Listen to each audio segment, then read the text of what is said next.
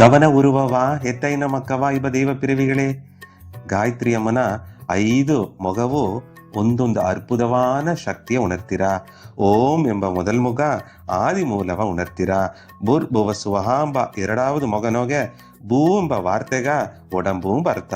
ಭುವ ಎಂಬನೆ ಪ್ರಾಣಶಕ್ತಿ, ಅದಾವುದು ಉಸುರುಂದು ಎಗಾಕು ಒಂದೊಂದು ಮನಸ್ಸುನ ನೆಲೆಯಿಂದು ಎಗಾಕು. ಸುವಹ ಎಂಬನೆ ಅದು ಆತ್ಮವ ಉಣರ್ತೀರಾ. ತತ್ ಸವಿತೂರ್ ವರೇಣ್ಯಂ ಎಂಬ 3வது ಮೊಗನೋಗೆ ತತ್ ಎಂಬನೆ ಒಬ್ಬೊಬ್ಬಗೋಸು ಇಬ್ಬ ದೇವರು ಎಂಬ ಅರ್ಥ.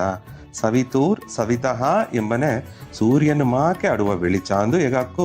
ಆತ್ಮಜ್ಯೋತಿಯ ಪರಂಜ್ಯೋತಿಯ ದೇವರು ಇದ್ದಾರೆ, ಪಾರಭಕ್ಷ ಇಲ್ಲಾದ ಸೂರ್ಯ ಒಳಿ ಮಾಕೆ ಎಲ್ಲಾಗ வெளிச்சವ ಕೊಟ್ಟುನು ಇದ್ದಾರೆ ಎಂಬುದು ಅರ್ಥ. ವರೇಣ್ಯಂ ಎಂಬನೆ ಅಪೇರ್ಪಟ್ಟ ದೇವರುನ ನೀ ತಲೈ ವಣಂಗು.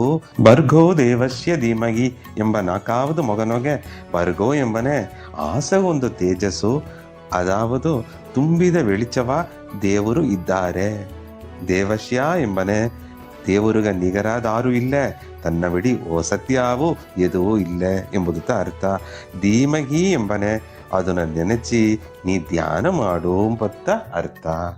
ದಿಯೋ ಯೋನ ಪ್ರಚೋದಯಾತ್ ಎಂಬ 5வது ಮೊಗನೋಗೆ ದಿಯೋ ಯೋನ ಅತೆಂಬನೆ ಒಳ್ಳೆಯ வெளிச்சವಾನ ದೈವೀಗ ಬುದ್ಧಿ ಎಂಬ ಅರ್ಥ.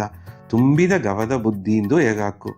ಪ್ರಚೋದಯಾತ್ ಎಂಬನೆ ಆತ್ಮಜ್ಞಾನ வெளிச்சವ ಕೊಂಡು ದೇವರನ ಬುದ್ಧಿಂಬ ತುಂಬಿದ ಗವದೋಗೆ ಇಬ್ಬುದುಗ ಆಶೀರ್ವಾದವೂ ಅರುಳು ಮಾಡಿವಿ ದೇವರೇ ಎಂಬ ಪ್ರಾರ್ಥನೆಯ ಅದು ಉಣರ್ತೀರಾ. ಒಳ್ಳಿತಾಗಿಲಿ 1,000 ಆಗಿಲಿ ಎಂದು ಆಶೀರ್ವಾದ ಮಾಡುವ ದೇವಜನ ಮಕ್ಕವೇ, ನಾಯಿಗಾಯಿ ತುಂಬಿದ ಗವದ ಸೋಮಿ ಗಾಯತ್ರಿ ಮಂತ್ರವ ಏಗುದ ಅಂದ ಸಿಕ್ಕುವ ಫಲನ ಪತ್ತಿ ನಾ ಮಾತಾಡ್ನೆ. ತುಂಬ ಸಂತೋಷ, ಪೂರ್ಣ ಆಶೀರ್ವಾದ.